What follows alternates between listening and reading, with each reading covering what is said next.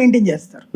ఇదిగో జగన్ ని తలుచుకోగానే అవినీతి డబ్బులతో ఇదివరకు కనుక రాజశేఖర రెడ్డి తలుచుకుంటే రాజశేఖర రెడ్డి చూస్తే ఇప్పుడు విజువలైజ్డ్ ఏఐ టైప్ లో మనం విజువలైజ్ చేసుకున్నాం అనుకోండి, రాజశేఖర రెడ్డి రాజారెడ్డి ఇద్దరు కూడా రాక్షసుల్లాగా చేతి నిండా బాంబులు పట్టుకుని కత్తులు పట్టుకుని కనబడ్డోళ్ళందరినీ పొడుచుకుంటా బాంబులు వేసుకుంటా చంపుకుంటా తిరుగుతుంటారు రాజారెడ్డి. ఆ రాజారెడ్డి నీడలో రాజశేఖర రెడ్డి వస్తాడు, ఈయన అందరినీ నరుక్కుంటా వెళ్తాడు వేటకోడ వాళ్ళతో. ఆ తర్వాత జగన్మోహన్ రెడ్డి వస్తాడు, గొడ్డలతో నరుక్కుంటా వెళ్తాడు. ఇది మనకు విజువలైజేషన్.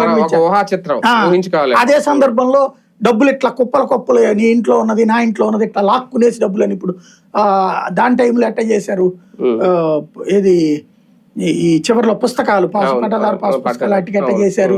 ల్యాండ్ టైటిలింగ్ యాక్ట్ కేంద్ర ప్రభుత్వాన్ని అమలు చేస్తారు, ఇప్పుడు కూడా చేస్తున్నా సర్వేలు గిరివేలు. కానీ వేసుకున్నాడు నీ దాని మీద పాస్బుక్ మీద ఫోటో వేసాడంటే తీసుకెళ్లిపోయినప్పుడు నిన్న బల్బు మీద వేసాడంటే కంపెనీ బాబు గారికి ఇచ్చేసినట్ట.